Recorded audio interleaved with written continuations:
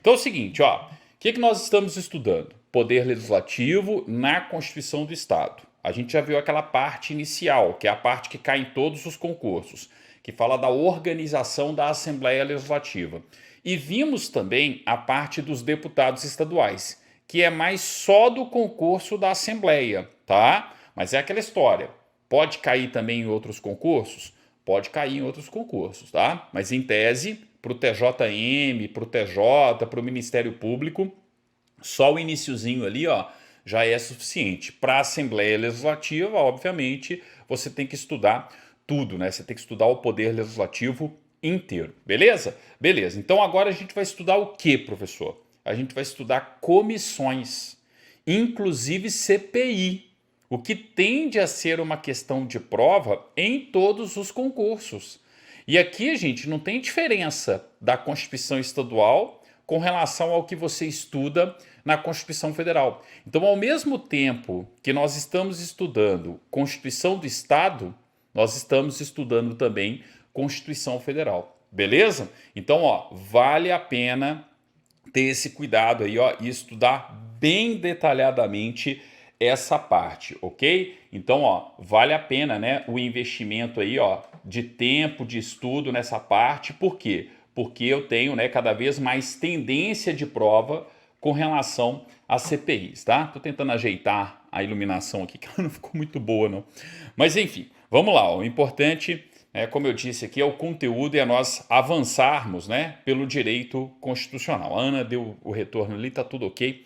Bola para frente aqui então. Então, ó, vamos lá, vamos estudar comissões, tá? E sobretudo CPI. Quando a gente fala de CPI, provavelmente uma questão nos concursos como um todo, tá? Então, gente, ó, na Constituição do Estado de Minas Gerais, quando a gente tem o estudo das comissões, a primeira coisa que a gente tem que lembrar sempre que em qualquer casa legislativa eu vou ter comissões permanentes e comissões temporárias.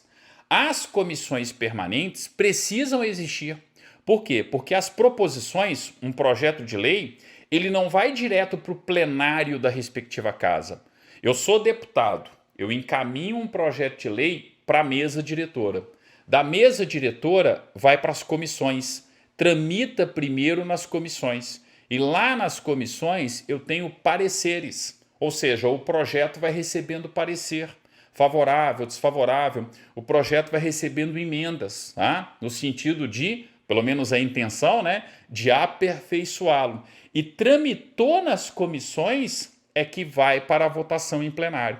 Então, qual que é a lógica do processo legislativo? Em qualquer casa legislativa, seja no Congresso, Câmara e Senado, seja nas assembleias legislativas, ou na Câmara do Distrito Federal, ou nas câmaras municipais. Você encaminha a proposição para a mesa diretora, que manda para as comissões tratam daquela proposição, por isso que as comissões permanentes são temáticas. Aí eu tenho a Comissão de Constituição e Justiça, eu tenho a Comissão de Educação, eu tenho a Comissão de Obras Públicas, entenderam?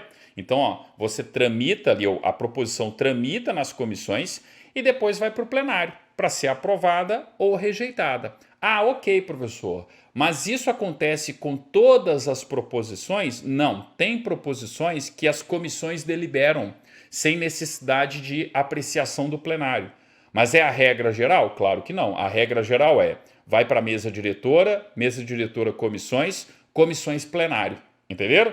Essa que é a regra geral. Mas em alguns casos a gente vai ver, eu posso ter, né, uma comissão deliberando em nome do plenário, beleza? Isso são as comissões permanentes.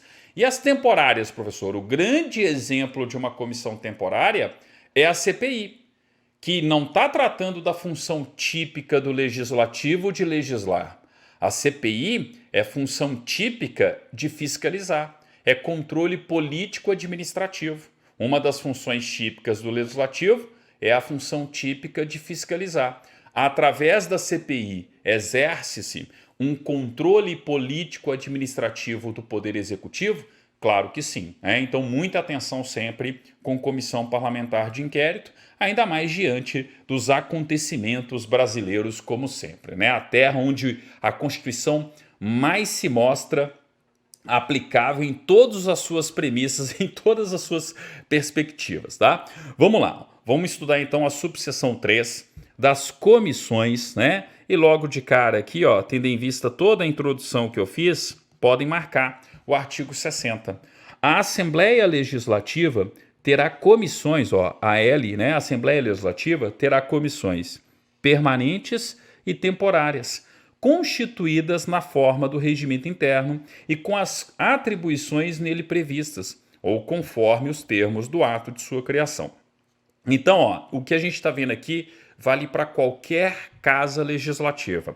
Obviamente, como nós estamos na Constituição do Estado de Minas Gerais, eu tenho que lembrar que eu estou falando da ALMG. Lá na ALMG existem o que, gente? Comissões, que são comissões permanentes. E nessas comissões permanentes, tá, é que eu vou encontrar as chamadas comissões temáticas. Quando vier no concurso comissões temáticas, eu estou falando justamente das comissões permanentes. Por quê? Porque elas estão relacionadas ao processo legislativo. O foco aqui, ó, tá? Vou colocar aqui, ó, de uma maneira bem didática, ó. O foco das comissões temáticas é justamente o quê? O processo legislativo. Eu tenho proposições que irão tramitar pelas comissões temáticas. O exemplo clássico que a gente tem em provas e concursos públicos, a Comissão de Constituição e Justiça, CCJ, ou Comissão de Constituição, Justiça e Legalidade. Em resumo, sempre vai existir uma comissão que vai apreciar a constitucionalidade, a legalidade das proposições que tramitam ao longo do processo legislativo. Entenderam? Outro exemplo, ó, sempre tem uma comissão de educação, ciência e tecnologia. Sempre tem uma comissão de segurança pública. Entenderam? E assim por diante. Ah, professor, onde que eu encontro todas as comissões permanentes, todas as comissões temáticas da Assembleia Legislativa? No regimento interno. Por isso que no concurso da LMG é muito importante você estudar o regimento interno da Assembleia. Não se preocupem, tá? Eu vou disponibilizar as aulas do regimento interno integralmente aqui no YouTube. Se é que já não tem aula e eu não estou lembrando, tá? Porque já foram tantos concursos da Assembleia, se bobear já tem aula minha no YouTube aí, tratando do regimento interno. Mas de qualquer forma, para o próximo concurso da Assembleia, eu vou dar bastante atenção para isso aqui, ó. Eu vou colocar na integralidade o regimento interno da Assembleia Legislativa de Minas Gerais, ok? Então, ó, onde que eu encontro quais são as comissões permanentes, as comissões temáticas de uma casa legislativa? No regimento interno da respectiva casa legislativa. E repito, ó, o foco de atuação de uma comissão permanente, de uma comissão temática, é o processo legislativo. Diferente, mas não necessariamente diferente, tá? Mas diferente aqui, ó, das comissões temporárias. Eu posso ter comissões temporárias em uma casa legislativa? Sim. E aqui, ó, pode ser que o foco da comissão temporária, né? Então aqui, ó, FCO, no sentido de foco, tá? Ah, professor, isso deixa de ser, né? Tá parecendo adolescente conversando no celular. Pera aí, ó, escreve o negócio inteiro, entendeu? Vamos colocar aqui, ó, foco, né? Qual que é o foco aqui, ó? Foco.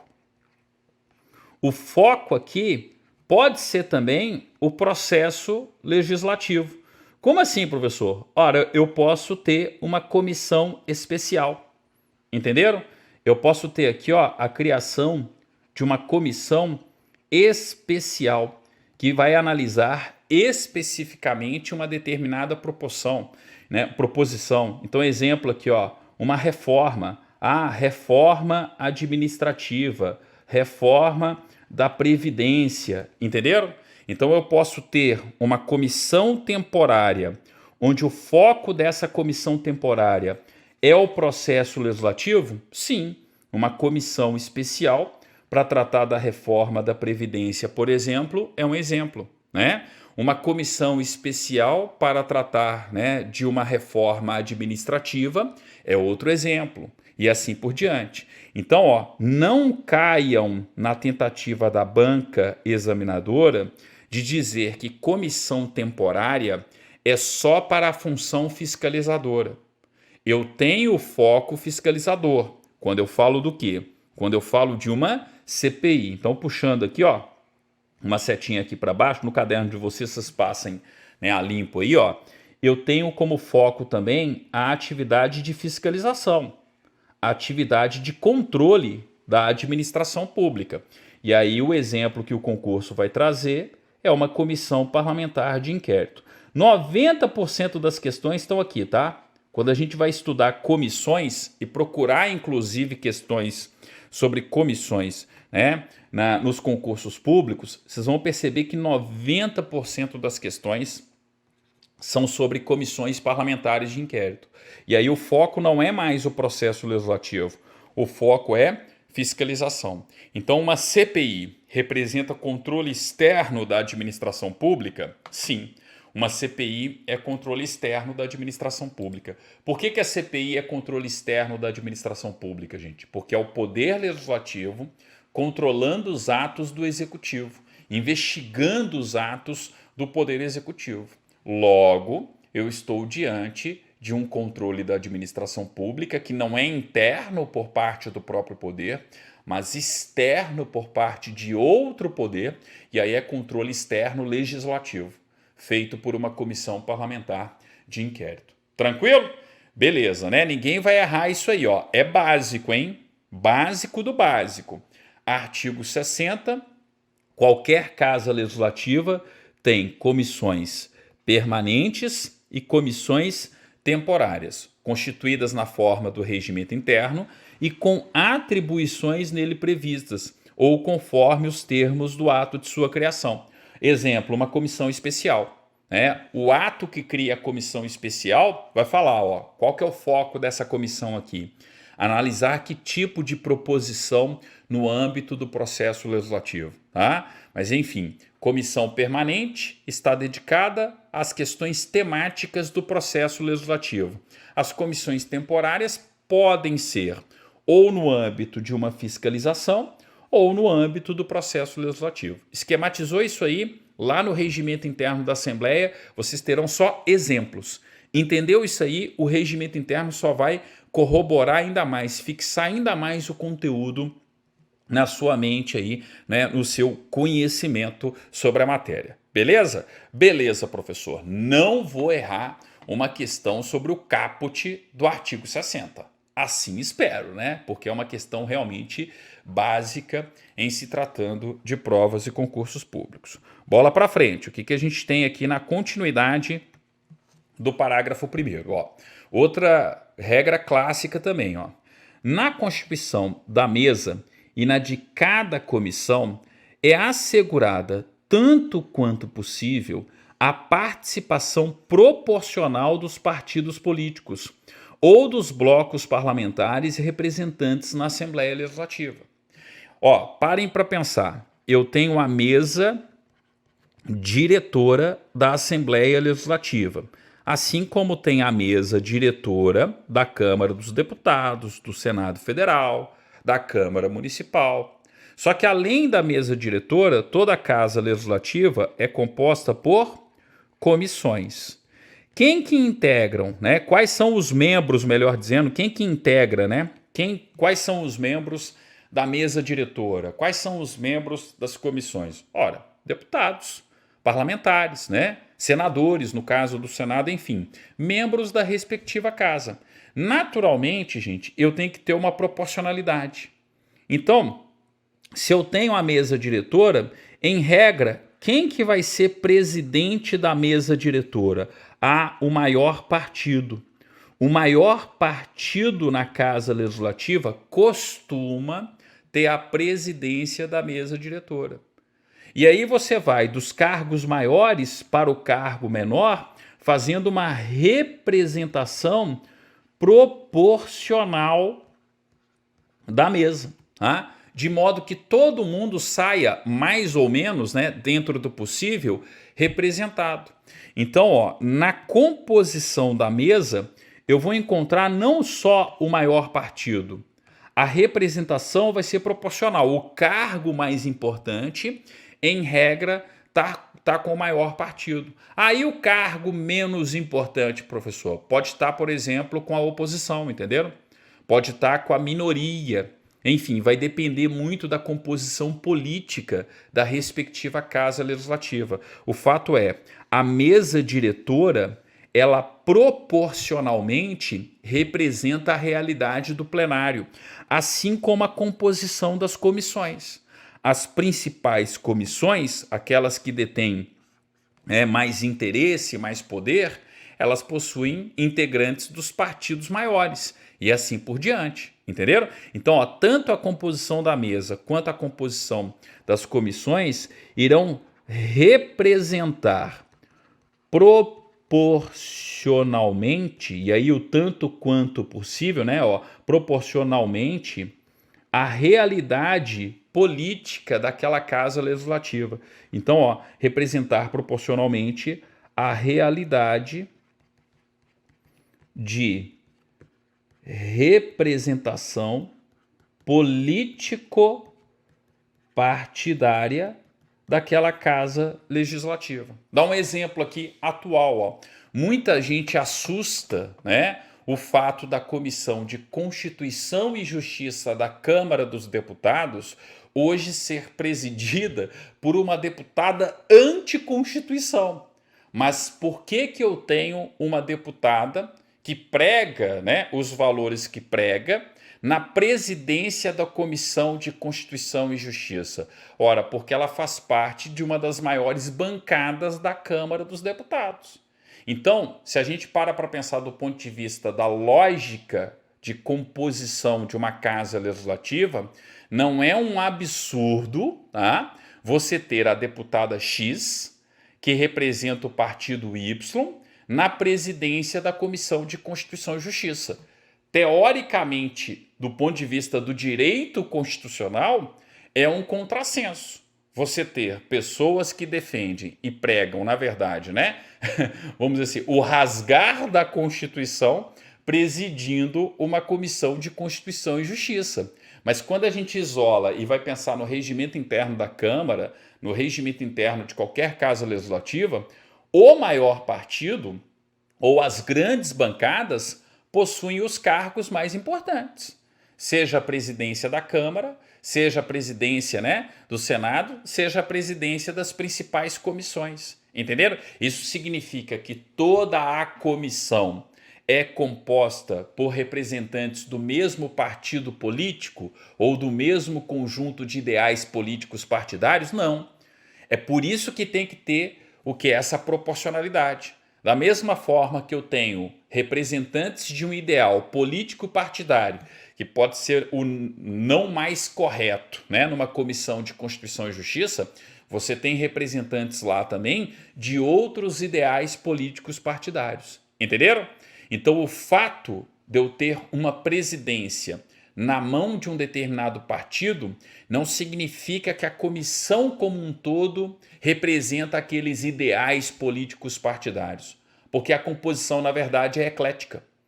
Qualquer comissão tem composição eclética. Ela tem que representar o tanto quanto possível a correlação de forças que existe dentro da Casa Legislativa. Se eu tenho um maior partido com um pensamento político ideológico X, aquele maior partido vai estar representado. E, em regra, assumindo o quê?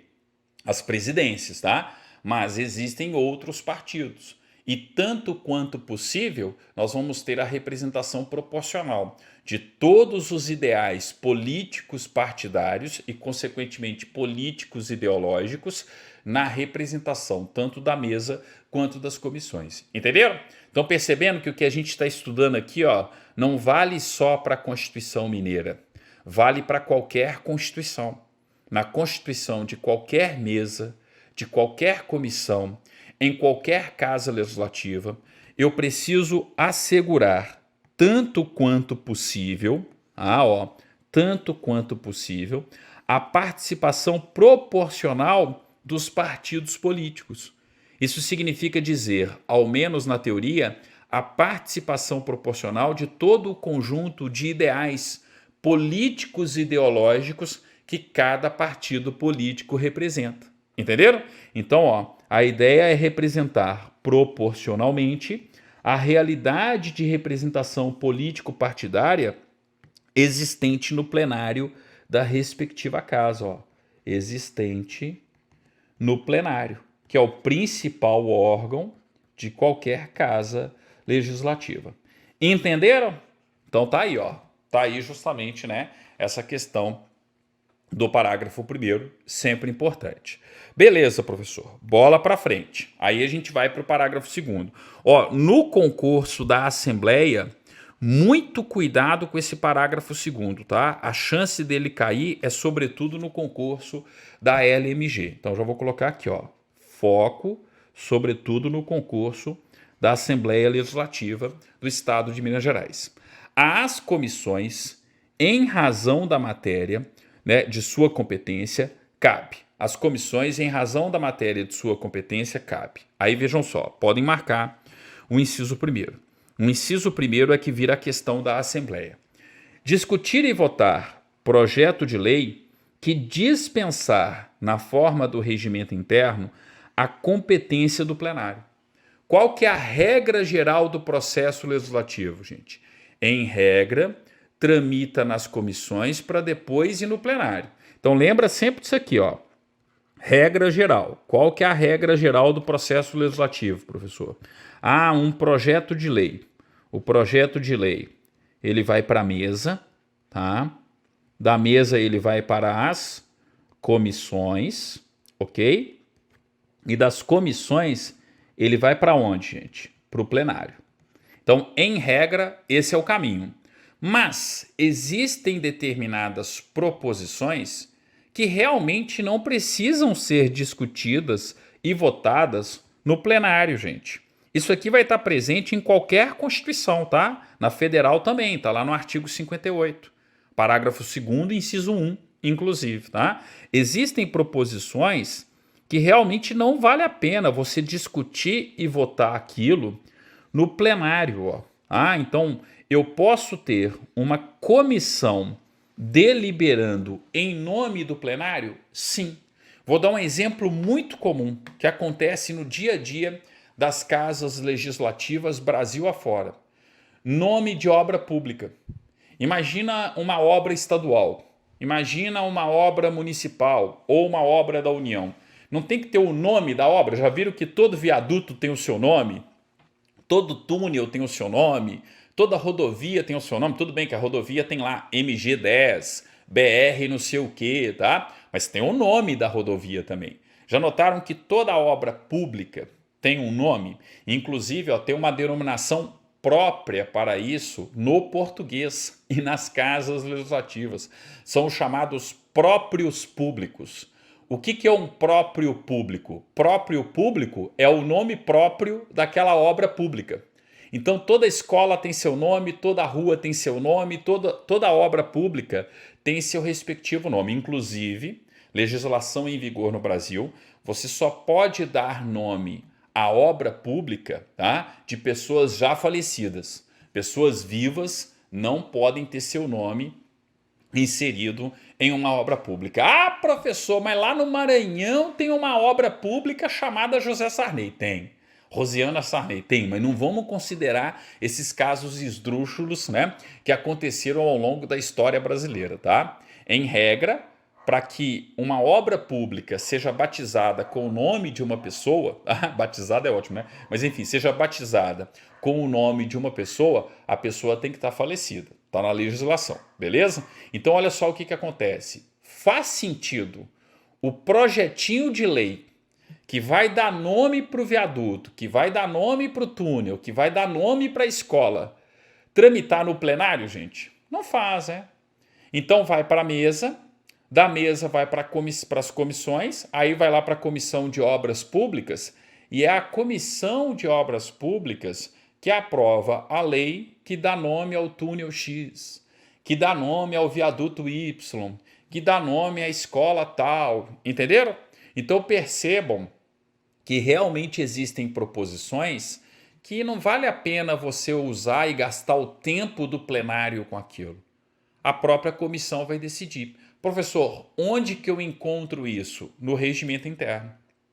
O regimento interno é que vai falar quais são essas proposições. As proposições que não precisam ir a plenário. Mas pode ser que alguém não concorde, ó, salvo se houver recurso de 1/10 dos membros da Assembleia.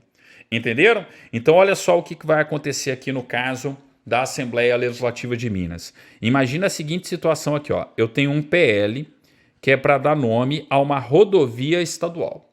Então é para dar nome a um próprio público, tá? Vai tramitar onde? Vai para a mesa e da mesa vai lá para a comissão de obra pública. Tramita na Comissão de Constituição e Justiça e depois vai para a Comissão de Obra Pública, ok? E em regra, ó, daqui você tem a aprovação e aí você manda lá para sanção ou veto do governador. Enfim, em resumo, daqui ó, você tem lá o envio, né, para o chefe do Poder Executivo e o chefe do Poder Executivo vai sancionar. Se ele vetar, volta, né? Vai promulgar e depois eu tenho a publicação, né, da respectiva lei. Tranquilo? Isso aqui, ó, é o que vai acontecer em regra, né? Porque você tem a própria comissão deliberando a respeito. Ó, percebam que não foi para o plenário. Do plenário foi para o governador, que sancionou, promulgou e publicou.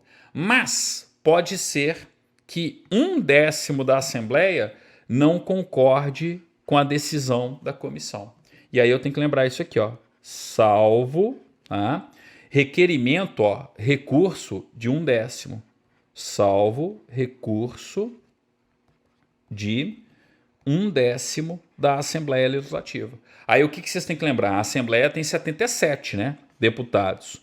Então eu preciso pelo menos o quê? De 8 deputados estaduais que discordam daquela decisão. Aí, ó, salvo recurso de 1/10, vai para o plenário. E aí o plenário vai deliberar sobre qual que vai ser a decisão a ser tomada. Aí do plenário, ó, é que vai lá para o Poder Executivo. Entenderam? Deixa eu só apagar essa setinha aqui, ó, para não fazer confusão, né? Então aqui, ó, deixa eu só fazer ela de modo que, né, vocês entendam que eu estou ainda explicando o inciso 1, beleza? Então tá aqui, ó, não necessariamente a comissão decide e ponto final. Eu posso ter recurso? Posso ter recurso de 1/10, 8 deputados estaduais, e aí quem vai decidir é o plenário. Acontece, professor? Quase nunca. O importante é vocês perceberem que existe a possibilidade, porque o concurso vem exatamente aqui, ó, salvo se houver recurso de 1/10. Entenderam? Então, ó, no concurso da Assembleia, toma cuidado com isso, porque isso é a típica questão do concurso de Casa Legislativa. Em regra, comissão delibera, está deliberado. Manda lá para o Poder Executivo continuar o restante do processo legislativo. Mas, havendo recurso de 1/10, vai para o plenário. Aí o plenário delibera e depois manda para o Poder Executivo, para continuar o processo legislativo, ok? Professor, em todas as casas legislativas do Brasil vai ser recurso de 1/10? Em todas. Senado, 1/10. Câmara, 1/10. Tá? Sempre 10%. Sempre recurso de 1/10. Câmara Municipal, 1/10. Podem observar, todas as constituições estaduais, a Constituição Federal, as leis orgânicas dos municípios, tá? Tudo tratando da mesma questão aqui, ó, o parágrafo 1º, tá? E repito, isso é questão de regimento interno, muitas vezes, de concurso para Casa Legislativa. Beleza, professor. Bola para frente. As comissões, em razão da matéria de sua competência, cabe: 2. Realizar audiência pública com entidades da sociedade civil. Sempre tem, né? Audiência pública da comissão de educação, da comissão X, da comissão Y. Para pegar um exemplo aí, gente, moderno, tanto no âmbito, né, atual, melhor dizendo, né, tanto no âmbito do Congresso Nacional, quanto no âmbito da Assembleia, tem as comissões das reformas. Eu tenho a comissão da reforma administrativa, lá na Câmara dos Deputados, tá? Que vai tratar da reforma administrativa e está prevendo o quê? A existência, a realização de audiências públicas. Você tem que ter a realização de audiências públicas para que especialistas na matéria exponham a sua opinião, exponham justamente, né, o seu parecer técnico com relação à respectiva proposição. Isso ajuda a comissão na elaboração de um bom projeto de lei? Ajuda, no sentido sempre de aperfeiçoar. Estão percebendo que a lógica do processo legislativo não é operar retrocessos. A lógica do processo legislativo é aperfeiçoar. Quando o processo legislativo costuma representar retrocessos, aí você vê que o grau, o nível de composição da Casa Legislativa piorou muito. Quando a gente começa a caminhar no sentido de proposições que representam mais retrocessos do que avanços, é porque a qualidade da Casa Legislativa piorou muito. E isso é um péssimo indicador para qualquer sociedade, né? Porque é aquela primeira aula de direito constitucional que eu dou para todos vocês. Cada sociedade tem o legislativo, o executivo, o judiciário que merece. Se as proposições legislativas estão piorando, é porque o legislativo está piorando, é porque a sociedade está piorando.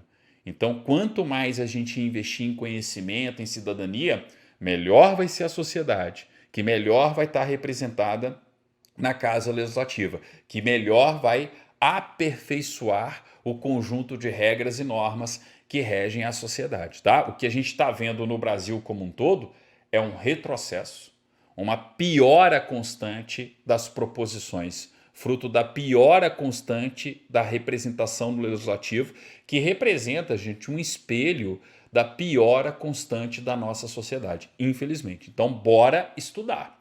Bora estudar, difundir conhecimento, porque quanto mais estudo e mais conhecimento tivermos, tá? Mais o conjunto da sociedade vai estar vacinado contra esse obscurantismo, esse retrocesso, né? Querem ter uma verdadeira imunidade de rebanho, tá? Bora estudar e propagar justamente conhecimento pela sociedade, porque isso sim é vacina, tá? Isso sim representa aí, né, uma verdadeira imunidade de rebanho. É aquilo que eu sempre comento com todos vocês. Quantas e quantas vezes, gente, vocês foram estudar, abrir a Constituição só para estudar para um concurso público? Isso é um absurdo se a gente parar para pensar do ponto de vista social, né, do ponto de vista de cidadania. Todo mundo tinha que ter consciência cidadã desde pequeno, desde a escola, né? Então, ó, isso certamente revela, né, um dos graves problemas da nossa sociedade, um problema estrutural, onde a gente muitas vezes precisa estudar aquilo que é básico por uma necessidade específica, a aprovação em um concurso público, quando essa necessidade básica, esse conhecimento básico, deveria ser a base de todos nós, tá? Mas enfim, vamos lá, né? Vamos voltar aqui para a questão de prova, que a gente está aqui com um objetivo específico também, mas é claro, né? Sempre com, né, o objetivo, vamos dizer assim, secundário de aumentar o nosso nível de cidadania. Vamos lá, parágrafo 2º. Às comissões, em razão da matéria de sua competência, cabe. Aí vem, ó, 3. Realizar audiência pública em regiões do Estado para subsidiar o processo legislativo, observada a disponibilidade orçamentária. Ué, professor, repetiu, não precisava disso não. Aí que tá, ó. A Constituição Mineira, e isso aqui já caiu inclusive em concurso da Assembleia, tá? Ela é tão diligente que ela sabe que isso aqui está implícito na realização de audiências públicas. O regimento interno da Assembleia, inclusive, vai falar da audiência pública, não só em Belo Horizonte, não só no Palácio da Assembleia Legislativa, no Palácio da Inconfidência, né? Para quem não sabe, o Palácio da Assembleia Legislativa tem o nome de Palácio da Inconfidência. Não só no Palácio da Inconfidência, mas também onde? Em outras regiões do estado. Tá? Então, gente, parem para pensar. Eu posso ter uma audiência pública em Januária? Posso, vamos supor que seja algo relativo ao norte de Minas, ao Vale do Jequitinhonha, a, sei lá, algum projeto de irrigação utilizando águas e os afluentes do Rio São Francisco. Pô, audiência pública onde isso vai acontecer. Ó. Projeto Jaíba, por exemplo, né? Que são os canais de irrigação ali do norte e do nordeste de Minas ali. Olha, eu tenho que ter audiências públicas relativas ao projeto Jaíba lá no norte de Minas. Ah, vamos supor que eu vou falar a respeito de alguma questão do sul de Minas, do Triângulo Mineiro, da Zona da Mata. Enfim, gente, as respectivas audiências públicas sendo realizadas nas regiões de interesse, inclusive, do Estado, né? E quando é algo de interesse do Estado como um todo, diversas audiências, né? Não só na Assembleia Legislativa. Tudo bem que hoje, né, com a tecnologia, isso está cada vez mais fácil. A participação, garantir a participação de todos os eleitores do Estado, de todo o povo mineiro, né, mesmo naquela audiência que acontece em Belo Horizonte.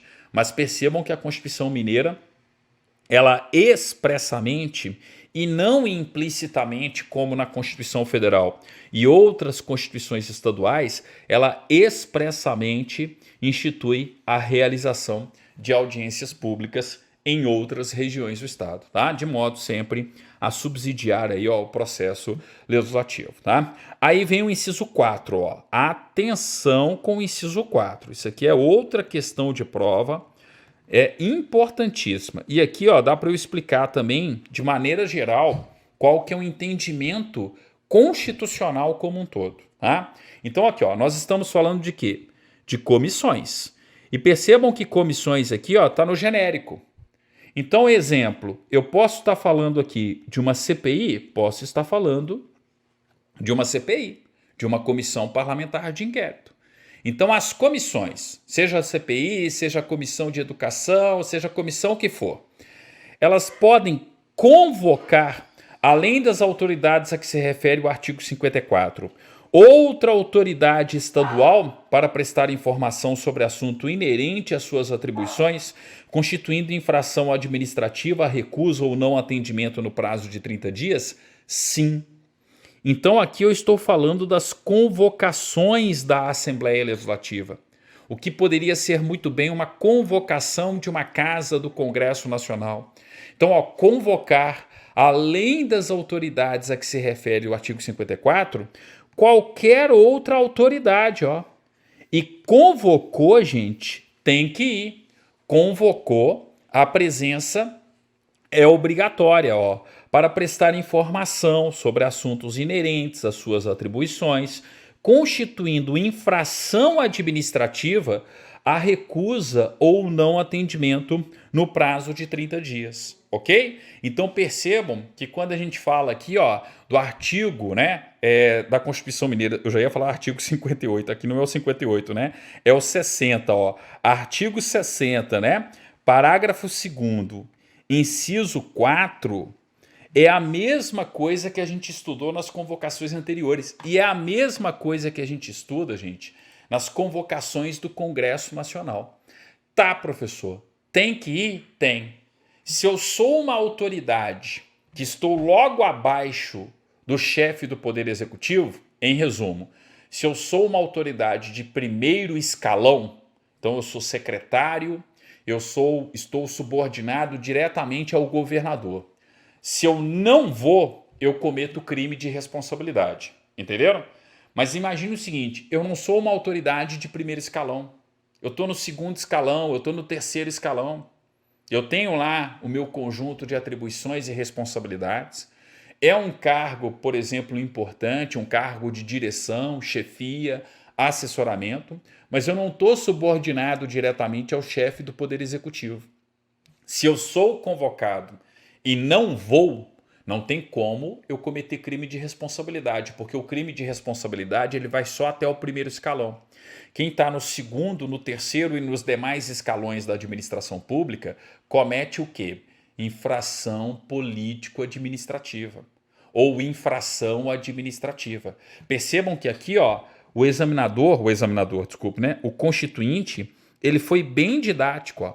Como ele está falando da convocação de outras autoridades, que não as autoridades de primeiro escalão, o que acontece? Ó? A autoridade de primeiro escalão, ela comete crime de responsabilidade quando ela não vai. Mas as demais autoridades não cometem crime de responsabilidade. Ó. Elas cometem infração administrativa. Entenderam? Então aqui, ó, eu estou falando de segundo, terceiro, quarto escalão da administração pública. Entenderam? Então, ó, atenção, né? Isso aqui é L, tá? Ó, tá parecendo um C cedilha aí, né? Ó, escalão, né? Primeiro escalão, segundo, terceiro, quarto escalão. Então, no dia do concurso, principalmente quando for uma questão aí sobre convocação de comissão, fica de olho. Quem que não tá indo? Quem que tinha que ir e não foi? Opa, foi um ministro de Estado, foi um secretário, foi alguém subordinado diretamente ao presidente, ou subordinado diretamente ao governador, ou subordinado diretamente ao prefeito. Cometeu o quê? Crime de responsabilidade. Beleza? Ah, quem deveria ir e não foi, professor? Foi uma autoridade de segundo, terceiro, quarto escalão da administração pública. Infração administrativa. Perceberam a diferença aí, ó? Lá nas convocações anteriores, era tudo autoridade de primeiro escalão. E agora eu estou falando de autoridade de segundo, terceiro, quarto escalão. Tranquilo? Não erre isso aí. Outro ponto importante. Quem pode ser convocado? Ó, vou voltar nessa tecla aqui, apesar de já ter explicado isso anteriormente, porque isso vai dominar o debate das questões sobre comissões no Brasil como um todo. Uma comissão pode convocar chefe de poder executivo? Não.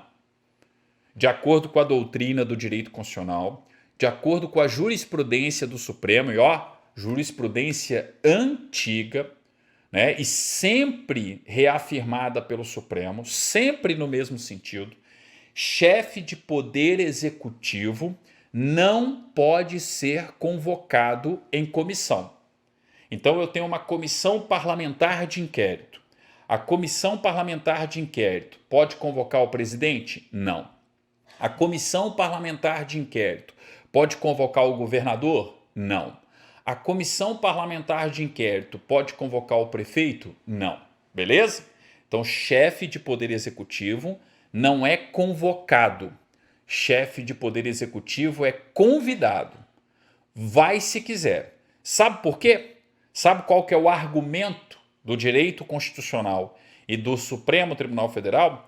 Se a gente permitisse que comissões das casas legislativas convocassem o chefe do Poder Executivo, a todo momento, seja uma comissão permanente ou uma comissão parlamentar de inquérito, que muitas vezes representam uma minoria da Casa Legislativa e muitas vezes uma oposição a quem está na chefia do Poder Executivo, o que essas comissões a todo momento aprovariam? A convocação do chefe do Poder Executivo, transformando a comissão numa forma de constrangimento político ou de pressão política para expor o chefe do Poder Executivo. Entenderam? Então, ok, você tem a função típica de fiscalizar, você tem a função típica de controle da Casa Legislativa sobre o Executivo, mas você não pode permitir que a todo momento a Casa Legislativa saia coagindo e constrangendo o chefe do Poder Executivo. Isso pode acontecer com relação às autoridades de primeiro, segundo, terceiro, quarto escalão, mas com relação ao chefe do Poder Executivo, não, ok? Então, o chefe do Poder Executivo pode ir numa comissão parlamentar de inquérito? Pode, mas ele tem que ser convidado. E ele vai se ele quiser. Então, eu tenho uma comissão parlamentar de inquérito. Ela pode convidar o presidente da República? Pode. Ela pode convidar um governador? Pode. Ela pode convidar um prefeito? Pode. O presidente, o governador, o prefeito podem recusar o convite? Podem. Constitui crime de responsabilidade? Não. Entenderam? Quando é convocação, você tem que ir. Não foi, cometeu crime de responsabilidade. Quando é convite, você não está obrigado a ir. Não foi, não cometeu crime de responsabilidade. Beleza, professor. Entendi. Só que agora eu estou com dúvida no seguinte, professor. Tem uma comissão parlamentar de inquérito no Senado, né, que é justamente para controlar atos do Poder Executivo Federal, que está convocando governadores de estado. Isso pode acontecer? Não pode. É inconstitucional comissão parlamentar de inquérito na Câmara, no Senado, ou uma comissão parlamentar mista de inquérito, lá no âmbito, né, do Congresso, convocar governador de estado. Por que eu não posso convocar governador? Ora, da mesma maneira que a CPI ou CPMI não pode convocar o presidente, ela não pode convocar governador de estado. Nós vivemos em uma federação. E se a gente vive em uma federação, quem vai controlar os atos do governador não é a Câmara, não é o Senado. Quem vai controlar os atos do governador é a Assembleia. Eu posso ter uma CPI na Assembleia Legislativa. E, igualmente, a Assembleia Legislativa pode convocar o governador? Não pode. Pode convidá-lo. Vai se quiser.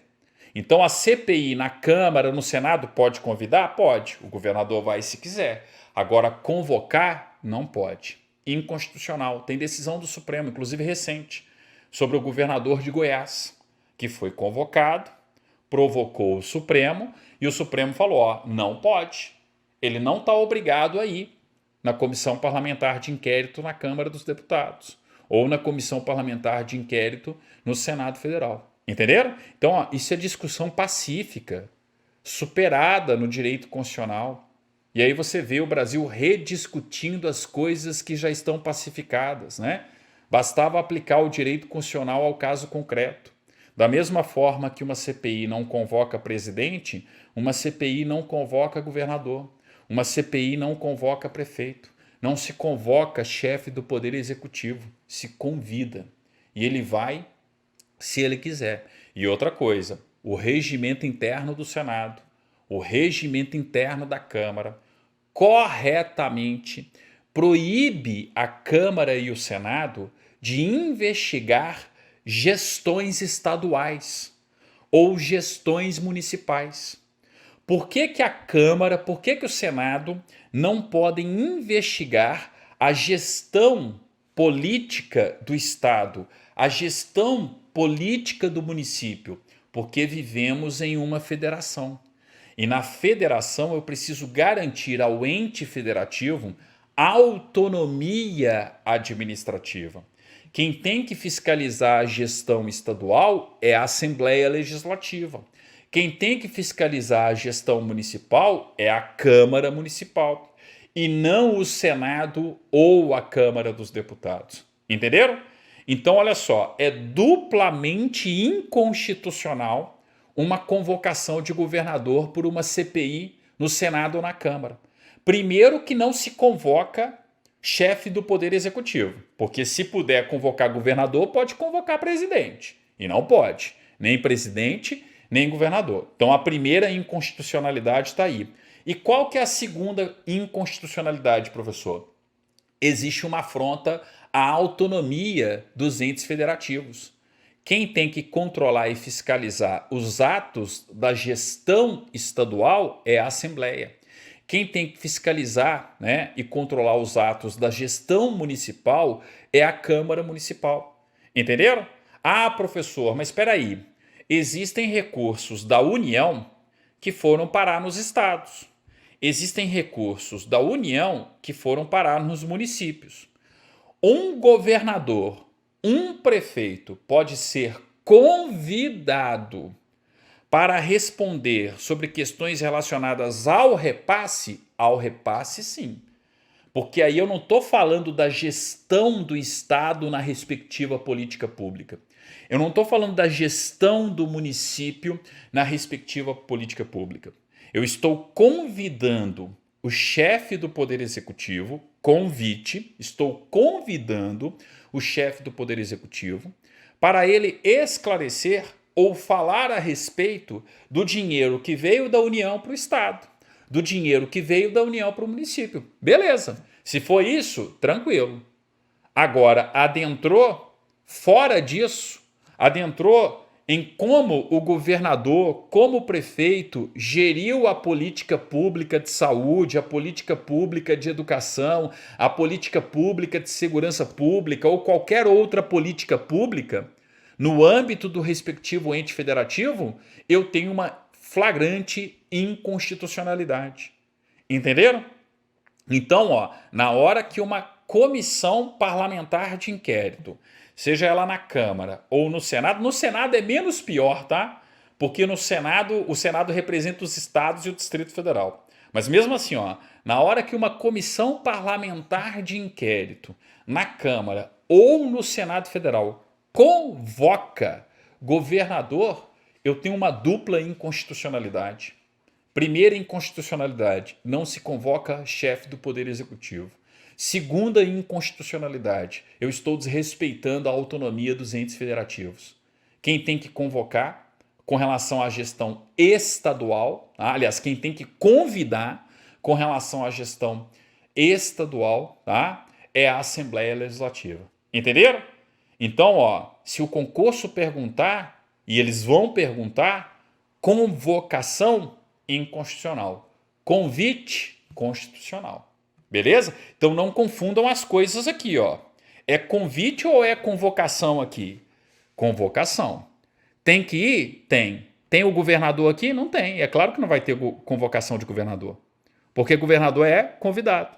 Se vocês pegarem a lei orgânica do município, de qualquer município, vocês vão perceber que o prefeito também não é convocado. Convocado é o secretário, é o primeiro escalão. E o mesmo vale para a Constituição Federal. Entenderam? Então, bastante cuidado. Se eu fosse o examinador, tendo em vista os absurdos constitucionais, o terraplanismo constitucional, muitas vezes proposto no Brasil, e que a gente vê no Brasil aí, eu não ia perder essa oportunidade não, tá? Ia fazer questão sobre o parágrafo 2º, inciso 4 da Constituição do Estado de Minas Gerais. Mas que é a mesma coisa, tá, gente? Isso aqui, é igualzinho ao artigo 58, parágrafo 2º, tá? Inciso 2 da CF 88. O que a gente está estudando aqui na Constituição de Minas Gerais vale para a Constituição Federal e vale para qualquer lei orgânica municipal. Fiquem de olho, hein? Depois não digam que eu não avisei. Vamos lá, Às comissões, em razão da matéria de sua competência, cabe: 5. Receber petição, reclamação, representação ou queixa de qualquer pessoa contra ato ou omissão de autoridade ou entidades públicas. Eu tenho uma informação, e é uma informação relevante para a CPI que se desenrola no Senado, na Câmara dos Deputados, na Assembleia Legislativa, na Câmara Municipal. O que eu faço? Encaminho a informação. Eu encaminho a informação para a CPI. Entenderam? É claro que lá na CPI vai ter que ter uma equipe, um filtro, para ver, isso aqui é maluquice, não, essa informação aqui que o cidadão XYZ mandou, isso aqui é importante. Entenderam? Então, qualquer comissão, seja uma comissão parlamentar de inquérito, seja uma comissão temática, vamos supor, está tramitando lá uma proposição sobre algum projeto relacionado à educação. Eu posso encaminhar uma informação para a comissão? Pode. Você pode encaminhar, sim. Da mesma forma, vai ter a comissão que vai analisar a reforma administrativa. Bora encaminhar a informação. Bora encaminhar, inundar a comissão de informações. Por que a reforma administrativa tem que ter o direcionamento X e não o direcionamento Y? Ou seja, a sociedade civil organizada se organiza e encaminha para a Casa Legislativa as informações que sejam do seu interesse. Fazendo o quê? Fazendo pressão. Por isso que é muito importante a participação do cidadão nesses mecanismos de participação existentes dentro das casas legislativas. Então, nós podemos nos manifestar perante uma comissão temática da Câmara dos Deputados, do Senado Federal? Sim. Nós podemos nos manifestar perante uma comissão parlamentar de inquérito? Sim.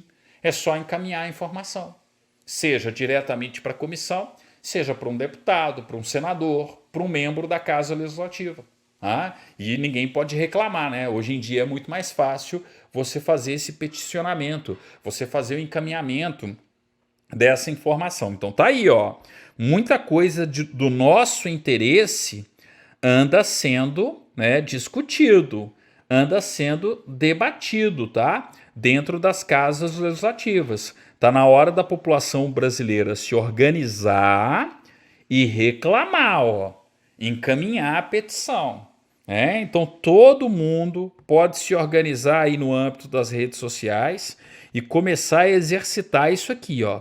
Quanto mais pessoas participarem, quanto mais pessoas, né, exercerem sua cidadania, parem para pensar, ó, isso aqui é uma concretização do artigo 1º, inciso 2. O que eu tenho no artigo 1º, inciso 2 da CF 88? Eu não estou falando justamente, sem querer eu apertei aqui, ó. Eu não estou falando justamente dos fundamentos da República Federativa do Brasil. A cidadania não é um dos fundamentos? Tá aqui, ó, uma maneira de você exercitar a sua cidadania. Então, vocês que são estudantes para concursos públicos, tá? Vocês podem muito bem se organizar e encaminhar, por exemplo, né, uma petição, uma proposição, um requerimento ou informações contra uma reforma administrativa que prejudica o serviço público no futuro? Sim. Os sindicatos, os órgãos de classe, os servidores, os professores podem fazer isso? Podem, tá? Cada um pode ajudar da melhor maneira possível. Cada um pode participar da melhor maneira possível. E é tudo virtual hoje em dia, né? Tá tudo lá, as portas abertas nas respectivas comissões. Se isso vai dar certo ou não, são outros 500. Mas ninguém pode reclamar que não existe um instrumento. Compreenderam? Existe um instrumento de pressão. Ele está bem diante de nós aí, ó. Ainda mais quando tramita ainda nas comissões, tá? Vai ter a comissão especial da reforma administrativa. Então, bora fazer pressão. 6. Solicitar depoimento de qualquer autoridade ou cidadão. Aqui, ó, eu estou falando de um depoimento. O cidadão pode ser convidado, professor? Pode. Eu posso ter tanto, né? Um convite. Eu posso ter tanto aqui um convite, como posso ter também o quê? Uma convocação. Vai depender do que seja aprovado pela respectiva comissão. Então, se eu posso, enquanto comissão, convocar o primeiro escalão, convocar, né, servidores, autoridades públicas como um todo, é claro que a comissão também pode convidar ou convocar cidadão. Beleza? Então, solicitar depoimento de qualquer autoridade ou cidadão. Recentemente nós vimos isso na Comissão Parlamentar de Inquérito, né, que apura aí, como que foi a atuação do Executivo Federal no combate à pandemia de Covid-19. Se você está assistindo esse vídeo no futuro, nós tivemos uma pandemia de Covid-19 e foi instaurada no Senado Federal uma comissão parlamentar de inquérito que investiga, que apura como foi a atuação do Executivo Federal no combate à pandemia. E nós tivemos aí, convidadas recentemente, né? Médicas que foram convidadas a depor. Nós tivemos uma conterrânea nossa, né, de Minas Gerais, né, a doutora Luana Araújo, se eu não me engano. Depois joguem aí, depoimento de Luana Araújo, tá? Você que está no futuro, tá? Aí nada como conhecimento, né? Nada como apego à realidade, pedagogia da realidade, conhecimento científico. Ela foi à CPI, gente, como convocada pela CPI ou como convidada? Convidada, enquanto médica, enquanto especialista, enquanto pessoa, né, capaz de prestar esclarecimentos e informações à comissão parlamentar de inquérito. Só tem um defeito a Luana. Torce pro Cruzeiro. Tava vendo que ela é cruzeirense, torce pro Cruzeiro e pro Flamengo ainda também, né? Mas enfim, ela é do interior de Minas, aí o Flamengo a gente até perdoa, né? Mas enfim, né? Para ser um depoimento perfeito, só faltou ser um depoimento de uma atleticana. Aí ia ser perfeito demais, tá? Mas enfim, né? Brincadeiras futebolísticas à parte, nós tivemos, uma cidadã que foi convidada pela comissão parlamentar de inquérito e que fez, um dos melhores depoimentos, tá, de comissão parlamentar de inquérito que eu já vi, de todas as comissões, tá? O terraplanismo se viu extremamente atacado, né? E extremamente acuado, porque não tem, né, contra fatos, contra a pedagogia da realidade, não há argumentos, né? Enfim, um depoimento que eu sempre vou utilizar a partir de agora nas minhas aulas de direito constitucional. Eu sei que daqui uns 10, 15, 20 anos eu vou ter que explicar para toda uma geração de alunos o que aconteceu no Brasil durante esse período, no momento em que eu estou gravando essa aula. E eu tenho certeza que eu vou utilizar aquele depoimento e certas frases daquele depoimento para mostrar para os alunos. Eu já até separei os videozinhos para usar em sala de aula como um todo, tá? Mas enfim, então nós temos aí, né, esse tipo de situação. Tá aqui, artigo, né, 60, parágrafo 2º, inciso 6, o depoimento de um cidadão. Depois o pessoal acha que a participação do cidadão não é importante. A participação do cidadão nas casas legislativas, gente, ela é fundamental, beleza? Fundamental, tá aí, parágrafo 2º, inciso 6. Ok, professor. E no inciso 7, aqui, a função mais de fiscalização, aqui, vou aproveitar que eu ia falar fiscalização lá antes, né? Aqui está a função mais fiscalizadora por parte do Poder Legislativo de acompanhar os projetos, né, as execuções dos planos do Executivo. Qualquer comissão, gente, em razão de sua matéria, vai apreciar plano de desenvolvimento e programa de obras do Estado, de região metropolitana, de aglomeração urbana e de microrregião. Então imagine o seguinte, tá? Imaginem que a Assembleia Legislativa aprove um conjunto de leis que representa o plano de desenvolvimento regional do Vale do Jequitinhonha, ok? Então imagine o seguinte, a Assembleia, juntamente, né, com o Executivo propõe um conjunto de normas que visa melhorar as condições socioeconômicas do Vale do Jequitinhonha. Por exemplo, facilitando a ida de empresas, indústrias, melhorando não só a condição econômica, mas a condição social também da região do Vale do Jequitinhonha, que é o semiárido de Minas Gerais, né? Não sei se vocês já foram até lá, eu já fui, tá? É impressionante como que aquele lugar precisa de Estado, como que aquele lugar precisa de atuação do poder público, inclusive no sentido de fomentar a atividade produtiva, de fomentar o desenvolvimento econômico, né? O crescimento econômico, a produtividade da região. Então vamos supor que você tem aí, e se eu não me engano tem, tá? Se eu não me engano tem. Você tem um conjunto de leis que representa o Plano de Desenvolvimento Econômico e Social do Vale do Jequitinhonha. Ok, um conjunto de leis o conjunto de leis foi aprovado. Esse conjunto de leis vai representar políticas públicas que serão executadas. Quem que vai executar o conjunto de políticas públicas? O governo do estado, juntamente com os municípios da região. Quem vai fiscalizar? O Poder Legislativo.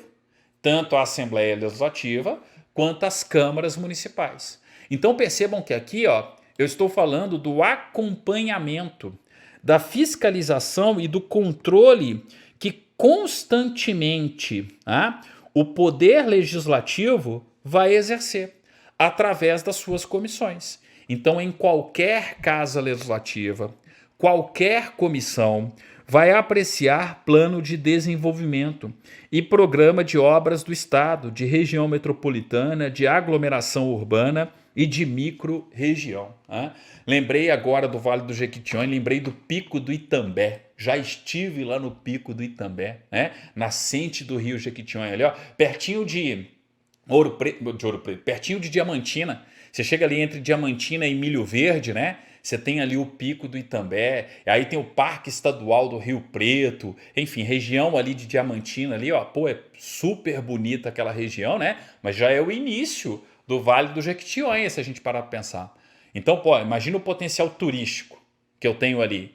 Eu preciso ter política pública voltada para o fomento ao turismo na região de Diamantina como um todo, né? Essas regiões belíssimas que Minas Gerais tem, né? Nesse sentido, gente, o Brasil é muito privilegiado, né? Imaginem quantas e quantas políticas públicas podem ajudar a desenvolver, seja o turismo em Minas Gerais, seja o turismo em qualquer região do Brasil como um todo. Então, ó, por isso que é importante a atuação dessas comissões, ó, acompanhando, verificando se aquele conjunto de normas que representa um grande conjunto de intenções, né? Se aquilo ali está sendo devidamente executado ou não. Tá? Então é aquela história, não basta aprovar a lei. Tem que aprovar a lei, criar a política pública, executar a política pública e controlar a execução dessa política pública. Por isso a importância do poder legislativo, mais uma vez. Né? Então é aquela história. Pensa direitinho na hora que for votar lá na urna eletrônica, tá? Escolha bem o seu deputado estadual. 8. Acompanhar a implantação dos planos e programas de que trata o inciso anterior e exercer a fiscalização dos recursos estaduais neles investidos. Então, ó, acompanhar a implantação dos planos e programas de que trata o inciso anterior e exercer a fiscalização dos recursos estaduais neles investidos. Gente, acabei de comentar. Nem precisava ter, né? O inciso 8, concordam comigo? Ele está totalmente implícito dentro do 7. Mas é aquela história. A Constituição Mineira é tão didática que ela até separou. Ó. Então, o exemplo do 7 é o 8, porque o 8 está inserido dentro do 7 e tem tudo a ver, né, com o que eu comentei anteriormente aí para vocês. Beleza? Beleza, professor, né? Próximo tópico, CPI. E aqui, ó, ponto importantíssimo de qualquer concurso público, tá? Nós vamos estudar comissões parlamentares de inquérito na Constituição Mineira, mas o que a gente estudar para a Constituição Mineira vale para a Constituição Federal, tá? Tudo que a gente for ver a partir de agora sobre comissão parlamentar de inquérito, apliquem também para a Constituição Federal. Então, bora lá revisar para muita gente, né? Afinal de contas, eu já abordei isso lá na Constituição Federal, tá? Ou estudar pela primeira vez para quem está pela primeira vez assistindo uma aula aí sobre comissões parlamentares de inquérito. E podem ter certeza, nós estamos, né, no momento, com uma das mais importantes comissões parlamentares de inquérito em andamento. Isso vai refletir nos concursos públicos? Claro que sim, né, gente? Então, bastante cuidado com CPI, tá? CPI, ó, já era matéria importante de qualquer concurso público. Agora ficou ainda mais importante. Então, bora estudar, ó. Vamos lá. As comissões parlamentares de inquérito, CPI, no âmbito da Assembleia Legislativa, observada a legislação específica no que couber, terão poderes de investigação próprios das autoridades judiciárias. Aluno muitas vezes se perde aqui, ó.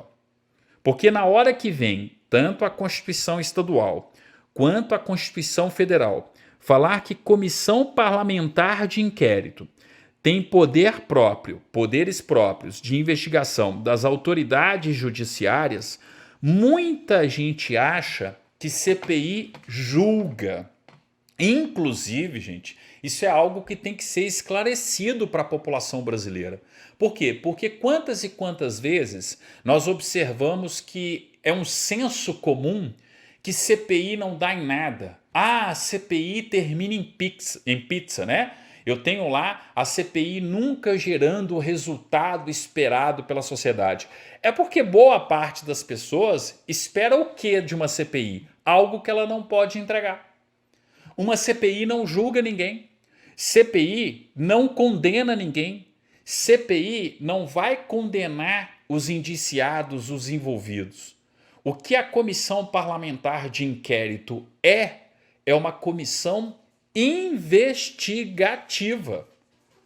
A função da CPI, gente, é investigar, é apurar, é coletar depoimentos, informações. e reunir tudo em um relatório final, que, uma vez aprovado, é encaminhado às autoridades competentes. Entenderam? Então, na hora que eu falo de uma comissão parlamentar de inquérito, a comissão parlamentar de inquérito, ela não vai julgar ninguém, ela vai investigar, ela vai simplesmente apurar as irregularidades, né, que estão presentes ali, ok? Então, bastante atenção, né, com relação ao que esperar de uma comissão parlamentar de inquérito. Você não tem que esperar que ela condene alguém. Você tem que esperar que ela apure, que ela faça um pente fino naquilo que está sendo investigado. Essa é a função de uma comissão parlamentar de inquérito. Então, ela se aproxima muito mais do delegado de polícia do que do juiz. Inclusive, eu sou a favor, tá, de uma emenda à Constituição que retire essa redação aqui, ó, poderes de investigação próprios das autoridades judiciárias. Isso pode ficar implícito. Tem que colocar que a comissão parlamentar de inquérito tem poder próprio de investigação, de inquérito, além de outros previstos no regimento interno. E aí, lá no regimento interno, você coloca o que a CPI pode fazer, né, em termos de instrução, de atos que são semelhantes e próprios aos que os juízes realizam na instrução de um processo. De maneira alguma, a CPI vai julgar. O que a CPI pode fazer é requerer provas, diligências que ajudem a instruir uma determinada situação. Então é por isso que tem, né, esses poderes próprios das autoridades judiciárias, mas não no sentido de julgar, gente, no sentido de instruir algo que está sendo investigado, algo que está sendo apurado. Beleza? Então, ó, atenção, cuidado para não esperar demais de uma CPI. Nenhuma CPI vai condenar. CPI vai investigar. Não é uma CPJ, Comissão Parlamentar de Julgamento. É uma comissão parlamentar de inquérito. É uma comissão parlamentar de investigação. E serão criadas a requerimento de 1/3 dos membros da Assembleia Legislativa para apuração de fato determinado e por prazo certo. E suas conclusões, se for o caso, serão encaminhadas ao Ministério Público ou outra autoridade competente para que se promova a responsabilização civil, criminal ou administrativa do infrator. Vamos dividir isso aqui, ó. Vamos por parte para vocês nunca errarem uma questão sobre comissão parlamentar de inquérito, tá? Primeira coisa, quais são os requisitos? Quais são os requisitos para a criação de uma comissão parlamentar de inquérito? A CPI, ela vai ser criada por requerimento de 1/3 dos membros da Assembleia Legislativa, para apuração de fato determinado e por prazo certo. Tranquilo? Então aqui, ó, isso aqui é uma parte importante para qualquer prova, qualquer concurso público. Por quê? Porque eu estou falando justamente, gente, dos requisitos para a criação de uma comissão parlamentar de inquérito. Ok, aqui nós estamos estudando os requisitos para a criação de uma CPI na Assembleia Legislativa, tá? Mas lembrem-se que eu também tenho os mesmos requisitos lá na Câmara dos Deputados, lá no Senado Federal, no Congresso Nacional. Porque lá no Congresso, ó, lembrando que nós temos o artigo 58, parágrafo 3º da CF 88, no Congresso eu posso ter uma CPI no Senado, CPI na Câmara, ou uma comissão parlamentar mista de inquérito. Quando eu falo de uma CPI ou de uma CPMI, o que eu tenho que lembrar? Ó? Primeiro condicionante, primeiro requisito, um requerimento de 1/3. Requerimento de 1/3 da Câmara, CPI na Câmara. Requerimento de 1/3 no Senado, CPI no Senado. Requerimento de 1/3 da Câmara e 1/3 do Senado para a criação de uma CPMI, de uma comissão parlamentar mista de inquérito.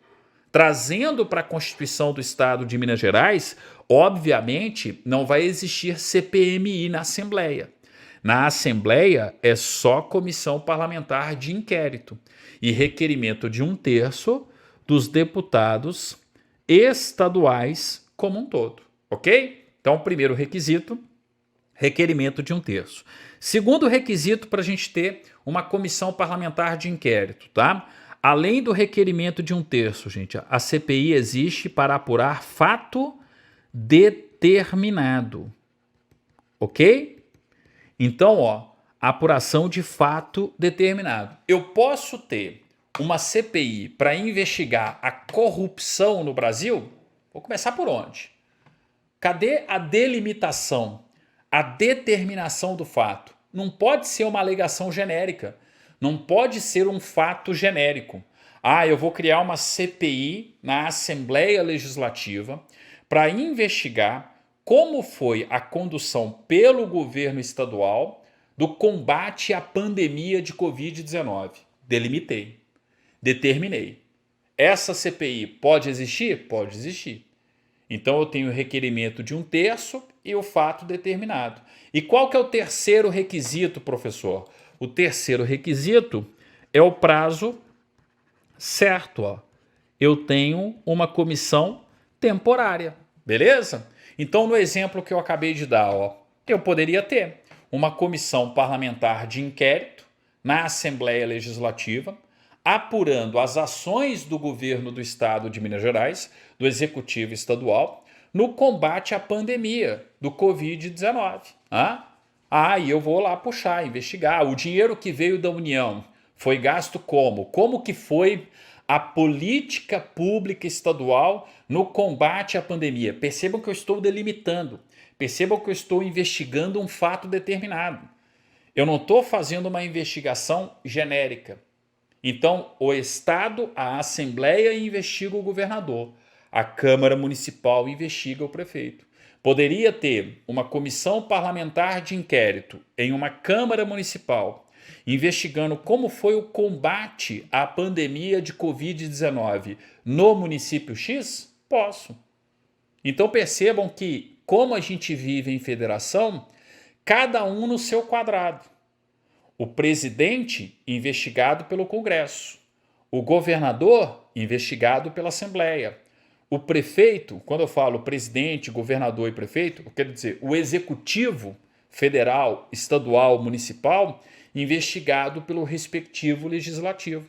Porque senão a gente não vive mais em uma federação. A gente vive num estado unitário. No estado unitário, você não tem repartição de competências entre os entes federativos. E os entes federados, nem federados são, porque não existe federação e não existe autonomia. Entenderam? Então, ó, percebam o seguinte: comissão parlamentar de inquérito no Senado, investigar a política pública de Estado e de município, de novo, inconstitucional. Comissão parlamentar de inquérito na Assembleia, investigar gestão de política pública no município, de novo, inconstitucional. É por isso que os regimentos internos são claros, que falam que CPI no Senado, na Câmara, não investiga Estado. CPI no regimento interno da Assembleia, CPI na Assembleia não investiga município. Vivemos em federação. E na federação, cada qual dentro do seu quadrado. Todo mundo dentro da sua caixinha no organograma. Então, se eu tenho o Executivo Federal a ser investigado, é por uma CPI no Congresso. E aí pode ser uma CPI na Câmara ou uma CPI no Senado, ou então uma CPMI. Se eu tenho o Executivo Estadual a ser investigado, é uma CPI na Assembleia Legislativa. E se eu tenho o Executivo Municipal a ser investigado, é uma CPI na Câmara Municipal. Beleza? Beleza, professor. Tá, professor, mas nós tivemos uma recente polêmica. Se estão presentes os requisitos para a criação de uma comissão parlamentar de inquérito, ela tem que ser instalada? Tem. Ok? Doutrina do direito constitucional, entendimento supermajoritário, assentado, não cabe discussão. E pior, jurisprudência do Supremo desde 2005, gente.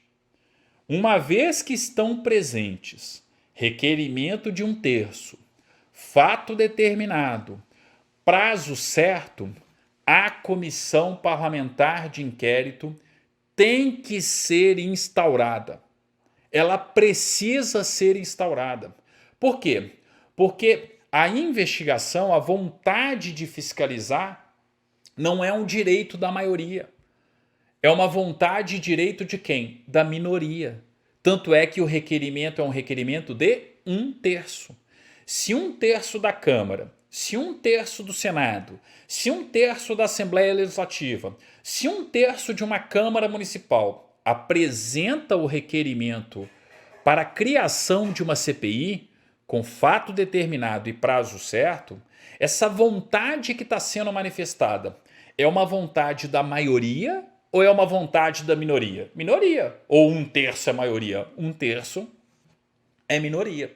Então, o presidente da respectiva casa, o presidente do Senado, o presidente da Câmara dos Deputados, o presidente da Assembleia Legislativa, o presidente da Câmara Municipal, pode submeter o requerimento de 1/3 à aprovação do plenário? Não. À aprovação da mesa? Não. Não tem que ter deliberação. Tem requerimento de 1/3? Tem fato determinado? Tem prazo certo? Tem que ser criada a comissão parlamentar de inquérito. Ponto final. Beleza? Doutrina do direito constitucional, consolidada, antiga, jurisprudência do Supremo Tribunal Federal, consolidada, antiga. Olha só, é tão consolidado e tão antigo que eu vou pegar um livro velho de direito constitucional que eu tenho aqui, ó. Um manual de direito constitucional complicado, do Vicente Paulo e do Marcelo Alexandrino. Bom manual, tá? Mas comprem o atualizado agora, né? Comprem o novo, né? E não esse aqui, ó. Esse aqui, tá? Que é um dos mais antigos que eu tenho, gente, né? Na época que eu ainda ficava estudando direito constitucional, não que eu não esteja estudando sempre, né? Mas que eu comprava manual e ficava lendo manual. Olha só, você até em qual página que tá? Na página 400. Mas antes de eu chegar lá na página 400, olha aqui, ó, só para vocês terem ideia aqui, ó, de quando que é esse manual aqui, ó. Tá dando para ver aqui, ó, 2007, ó. Então pegou o foco aí, ó, acho que pegou, né? Aqui, ó. Ó, Niterói, ó. 2007, hein? Para vocês verem que é coisa antiga, hein? Coisa antiga esse entendimento. Página 400, ó. Vou lá na página 400 aqui, ó. Para desespero dos terraplanistas constitucionais. Olha só o que a gente tem aqui, ó. Olha o que a gente tem na página 400, o entendimento doutrinário e tendo em vista a jurisprudência do Supremo Tribunal Federal, hein? Então vamos lá, ó. Segundo a jurisprudência do Supremo Tribunal Federal, uma vez cumprido esses 3 requisitos, fato determinado, requerimento de 1/3. Ó, segundo a jurisprudência do Supremo Tribunal Federal, uma vez cumpridos os 3 requisitos, requerimento de 1/3, fato determinado e prazo certo, a criação da comissão parlamentar de inquérito é determinada no ato mesmo da apresentação do requerimento ao presidente da Casa Legislativa, independentemente de deliberação plenária. Ou seja, apresentou, o presidente recebeu, tem 1/3, fato determinado e prazo certo, ele tem que criar. E, professor, não criou. Opa! Quem está cometendo uma inconstitucionalidade? Quem não está cumprindo a Constituição Federal, a Constituição Estadual, a lei orgânica do município? O presidente da respectiva casa. Tudo bem, ele tem um prazo para deliberar, mas ele pode sentar em cima do requerimento e fingir que ele não foi encaminhado? Claro que não pode. Se isso porventura acontecer, gente, como ocorreu no Senado Federal, foi feito o requerimento, tinha fato determinado, o prazo era certo. E o presidente do Senado ficou cozinhando ali o requerimento, fingindo que não era com ele. O que senadores fizeram? Entraram com um mandado de segurança no Supremo. Entraram provocando o Supremo Tribunal Federal. Falaram, Supremo, tinha que estar sendo criada a CPI aqui para investigar os atos do governo federal com relação à Covid-19. E o presidente do Senado sentou em cima do requerimento e fingiu que não era com ele. Resultado, qual foi a decisão do Supremo Tribunal Federal? numa liminar inclusive. Cria, tem que instalar, mandou instalar. O Supremo pode ser provocado nessa situação? Claro que sim. A Constituição está sendo descumprida. E o Supremo pode determinar ao presidente do Senado que instaure e instale a investigação pela CPI? Sim. Entenderam? Então, ó, freios e contrapesos. A omissão do Poder Legislativo, de uma autoridade do Poder Legislativo, sendo justamente corrigida pelo poder competente. Qual é o poder competente? O Judiciário. Através de quem? Quem que é o tribunal competente para isso? Supremo Tribunal Federal. Pois eu estou falando justamente o quê? De uma comissão parlamentar de inquérito no Senado. O mesmo ocorreria na Câmara, o mesmo seria numa comissão parlamentar mista de inquérito. Imaginem que fosse em Minas Gerais.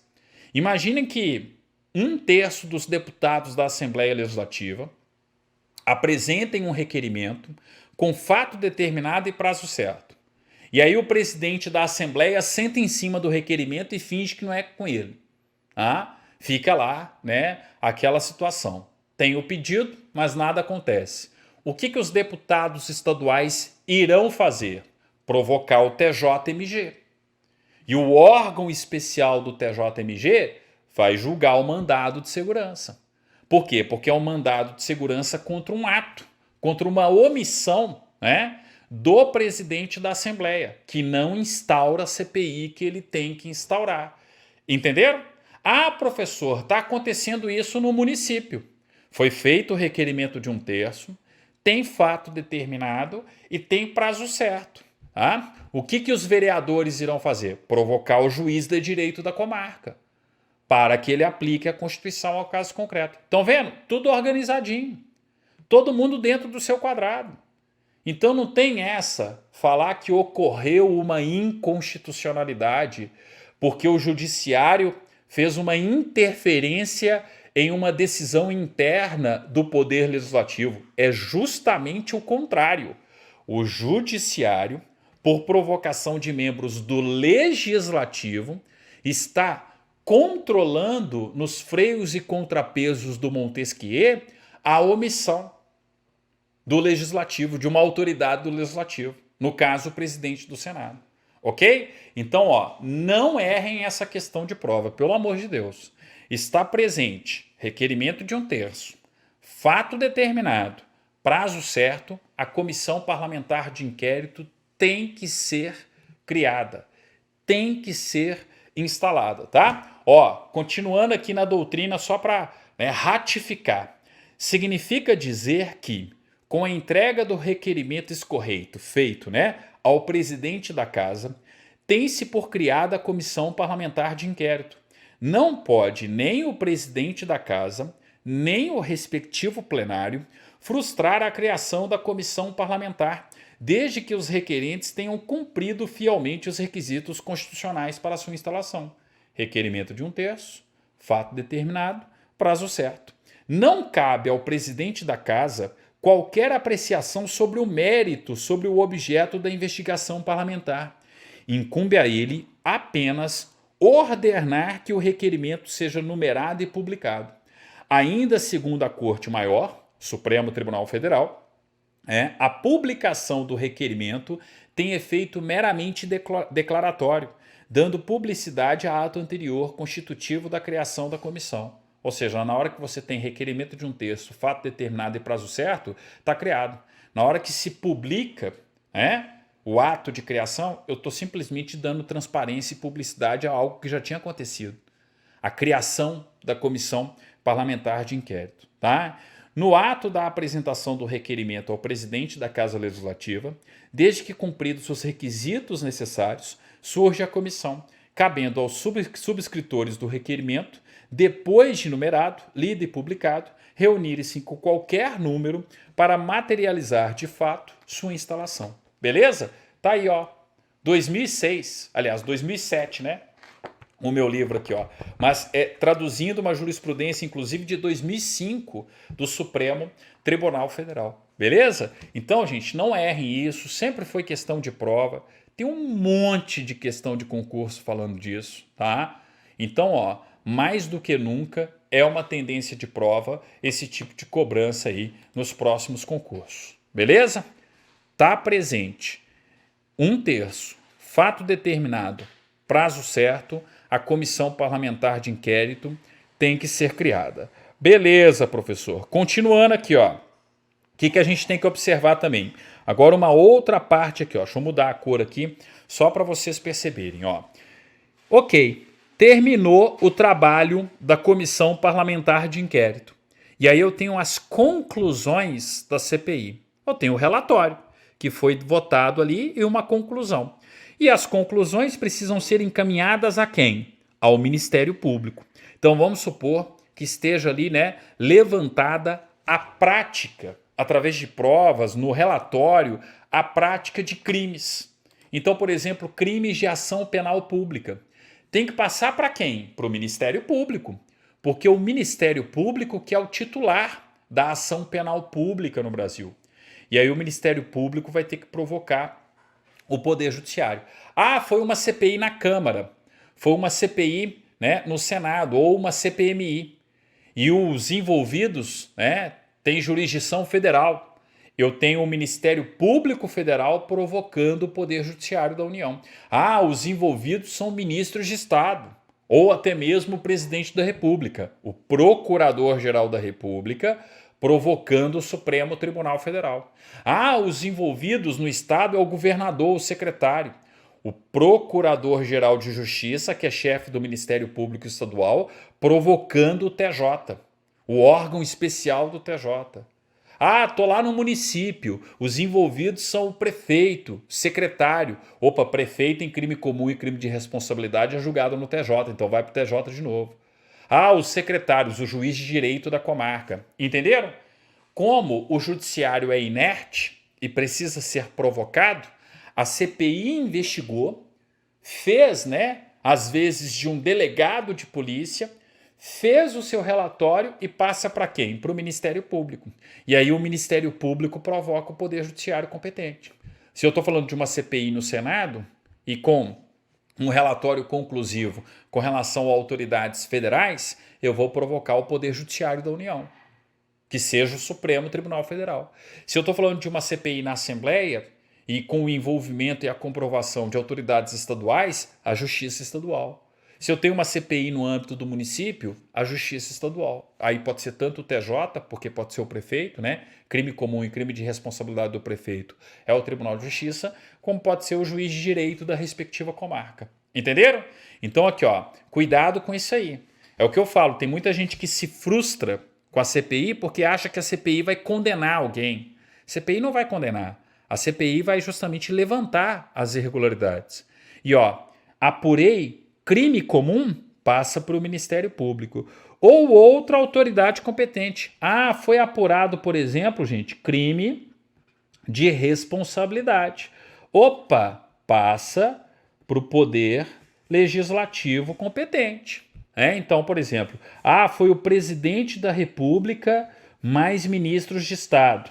Eu vou ter, né, o crime de responsabilidade a ser julgado pelo Senado. Mas primeiro tem que ter o quê? Tem que ter autorização, ó, por 2/3 da Câmara, para depois a gente ter o julgamento pelo Senado Federal. Entenderam? Então, ó, eu tenho que verificar qual foi a conclusão da CPI. Ocorreram crimes comuns e crimes de responsabilidade. Aí a CPI sai encaminhando para os foros competentes, para os órgãos competentes. Vamos supor, a Comissão Parlamentar de Inquérito conseguiu apurar que um servidor público federal descumpriu regras da Lei 8.112, infringiu proibições da Lei 8.112, descumpriu deveres da Lei 8.112. Ele pode sofrer punição disciplinar? Pode. Manda para o chefe competente, para a autoridade competente, para fazer justamente essa apuração. Beleza? Então percebam isso aí, né? Percebam essa questão aí, ó, referente, né, a para onde vai o resultado da CPI. O resultado da CPI não é julgar ninguém. O resultado da CPI é apurar a responsabilidade e encaminhar para quem tem a competência para a autoridade competente promover a responsabilização civil, criminal ou administrativa do infrator. Entenderam? Então, sempre três coisas, ó. CPI investiga, CPI tem que ser criada quando tiver requerimento de 1/3, fato determinado e prazo certo, e CPI encaminha as suas conclusões para a autoridade ou as autoridades competentes que podem responsabilizar os infratores, seja infração penal, seja infração administrativa ou qualquer tipo, né, de questão civil, uma indenização, por exemplo. Tranquilo?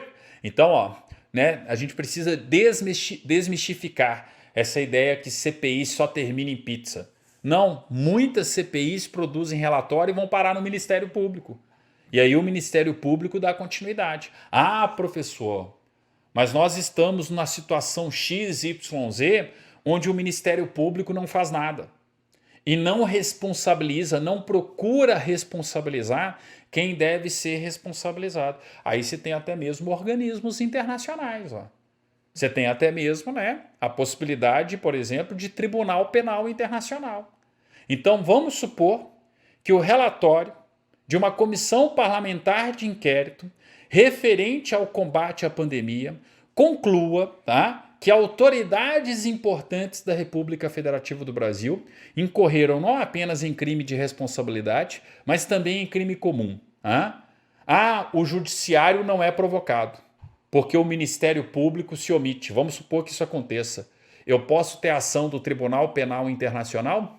Posso ter ação do Tribunal Penal Internacional. Ou de outros organismos internacionais? Posso ter ação. Por quê? Para o TPI agir, tem que ficar comprovada a omissão dos próprios órgãos internos. Quando os órgãos internos não são capazes, tá, de dar o tratamento adequado que a questão merece, aí você pode ter a provocação de organismos internacionais, como, por exemplo, o Tribunal Penal Internacional. Beleza? Então prestem atenção na importância de uma CPI, né? CPI é extremamente importante e a gente tem que valorizar o instrumento Comissão Parlamentar de Inquérito, porque a CPI ela organiza aquilo que aconteceu. Ela produz o que, gente? Um relatório, tá? Listando todos os absurdos que foram praticados com relação a um determinado fato determinado. Tá? Percebam que a função é uma função totalmente o quê? Fiscalizadora, né? E que o Ministério Público tome as providências necessárias, tá? Então, nós temos aí, ó, a importância dessa função fiscalizadora do Legislativo. Vocês acham que em regimes totalitários isso existe? Claro que não, né? Você acha que poder legislativo em ditadura, para começar, muitas vezes nem tem legislativo, mas mesmo que exista um congresso, né, um legislativo fake, vocês acham que isso acontece? Claro que não. Ah? Então percebam que nos estados democráticos de direito, para justamente pacificar Montesquieu no seu túmulo, eu preciso ter freios e contrapesos. Eu não posso conceder poder absoluto a determinados poderes. Eu preciso ter freios e contrapesos. E aí a CPI entra nesse sentido de você investigar atos do executivo, né, que possam ter justamente aí representado o quê? Representado crime comum, crime de responsabilidade e haver a necessidade de responsabilização civil, criminal ou administrativa de infratores. Ok? Ok, professor. Não vou errar isso em termos de concurso público, beleza? E com isso, gente, ó, a gente finaliza, né, essas questões referentes à comissão parlamentar de inquérito. Ah, professor, mas tem aquela questão, o que uma CPI pode ou não pode fazer? Então, ó, só brevemente aqui, porque eu já abordei isso lá no artigo 58, parágrafo 3º da Constituição Federal, tá?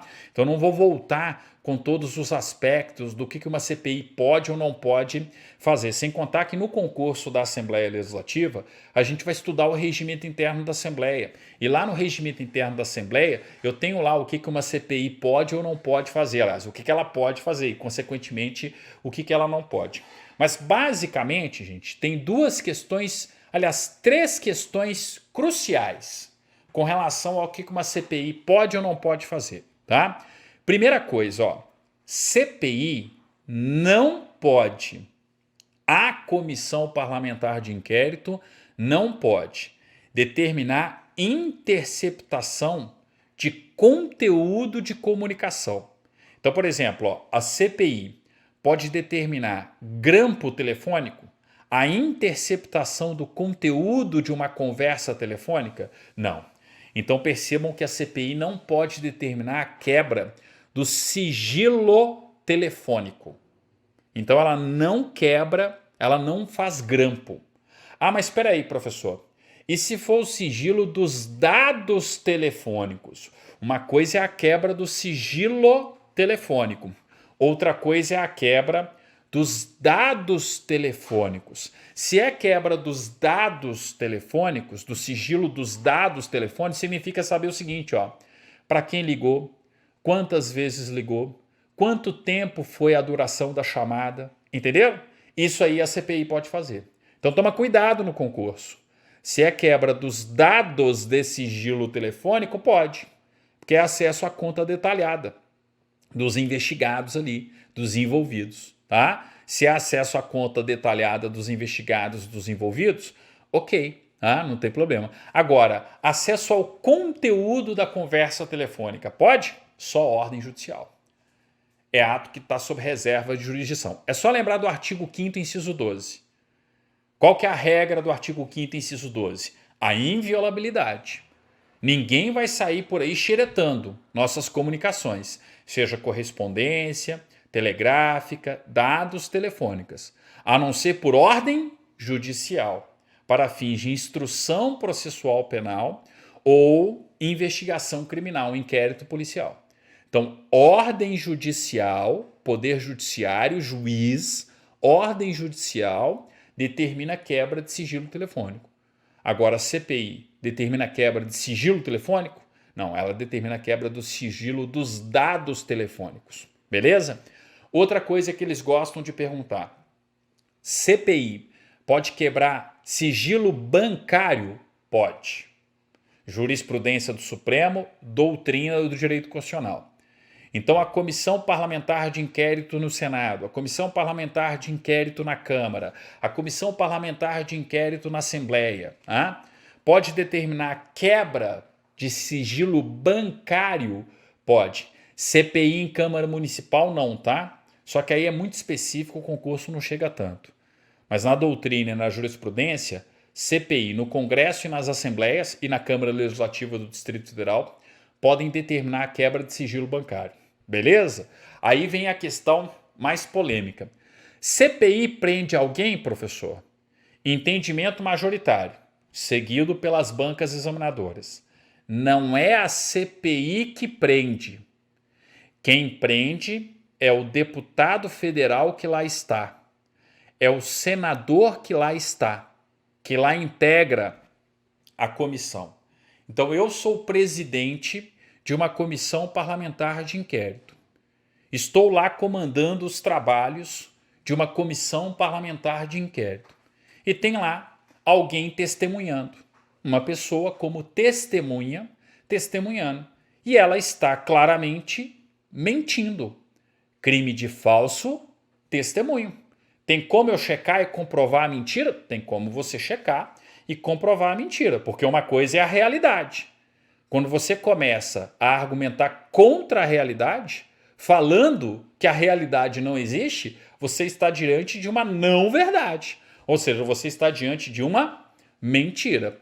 Se a testemunha mente na frente do presidente da comissão, não só ele, presidente, mas qualquer integrante da comissão pode dar voz de prisão para o mentiroso que ali testemunha, porque é o crime de falso testemunho. Espera aí, professor. Está me falando que é o artigo 5º, inciso 61 da Constituição? Exatamente. O que a gente tem no artigo 5º, inciso 61 da Constituição? Ora, as pessoas no Brasil são presas, em regra, de duas maneiras. Ou a pessoa é presa por um crime de flagrante delito, o crime está acontecendo ali na sua frente, qualquer um pode prender, inclusive o cidadão, e eu, enquanto presidente, deputado, senador, que lá presencio, posso prender, porque existe, né, o crime acontecendo na minha frente, ou então a pessoa é presa por ordem judicial, por determinação judicial. Então, gente, perceba o seguinte, ó, na questão de prova, no entendimento da doutrina, no entendimento do Supremo Tribunal Federal, que é o que interessa pra gente, no entendimento, tá, majoritário, não é a CPI quem prende. Quem prende é o deputado fulano de tal, é o senador fulano de tal, que está ali conduzindo os trabalhos de uma comissão parlamentar de inquérito e vê na sua frente, ou melhor dizendo, ao seu lado, né, ou na sua frente, né, mas ao seu lado, alguém praticar o crime de falso testemunho. Na hora que tiver o falso testemunho claramente acontecendo, o que o presidente da comissão parlamentar de inquérito vai fazer? Determinar a prisão. Mas foi a CPI quem prendeu? Não. Foi o presidente. Foi o senador fulano de tal. Foi o deputado Beltrano. Entenderam? Ó, fiquem de olho, hein?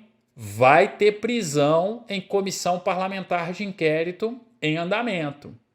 Vai ter prisão em CPI em andamento. E aí vai falar, foi a CPI que prendeu. Não, quem prendeu foi o senador fulano de tal, em razão de um crime em flagrante delito ocorrido na sua frente. Tá? É uma das hipóteses constitucionais de prisão? Sim. Artigo 5º, inciso 61 da CF 88. Aí vão falar, a CPI não pode prender. A CPI não pode prender, mas o senador pode. Ok? Então uma pessoa pode ser presa durante um depoimento em uma comissão parlamentar de inquérito? Sim, desde que ela cometa um crime em flagrante delito. Exemplo, falso testemunho. Falso testemunho enquanto testemunha convocada que foi, tá? Se eu fui convocado como testemunha, eu não posso praticar o crime de falso testemunho. Está previsto no Código Penal. Crime praticado em flagrante delito, artigo 5º, inciso 61, ocorrendo. Beleza? Então, simplesmente isso aí. Entenderam? Não é a CPI quem prende. Quem prende é o senador. Quem prende é o deputado federal. É o deputado estadual. É ele que tem poder de prisão e não a CPI enquanto órgão em si, enquanto comissão temporária em si. Tá? Fiquem de olho nisso aí. Sempre foi questão de prova também. Né? E como eu disse, ó, com isso aí, a gente termina, né, essa parte referente às comissões, tá? Muito cuidado, viu, gente? O parágrafo 3º sempre foi e sempre vai ser questão de prova, seja na Constituição Mineira, seja na Constituição de qualquer outro estado, seja na Constituição Federal. E lá na Constituição Federal, coincidentemente, é o parágrafo 3º também, tá? Só que o artigo 58 da Constituição Federal, beleza?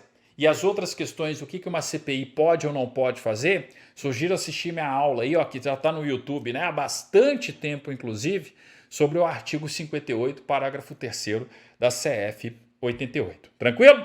Vamos terminar por aqui. Muito obrigado pela presença de todos mais uma vez, tá? No nosso próximo encontro, a continuidade da aula sobre poder legislativo. Mas aí falando do que, gente? Falando das competências da Assembleia Legislativa. Ó. A gente vai começar a parte das atribuições da Assembleia Legislativa. Lembrando que a partir daqui, né, volta a ser matéria de todos os concursos em Minas Gerais, tá? TJ, TJMMG, Ministério Público, todos eles cobram as atribuições da Assembleia Legislativa, tanto aquelas que são genéricas, que a gente vai ver, como também as atribuições, as competências privativas da Assembleia. Beleza?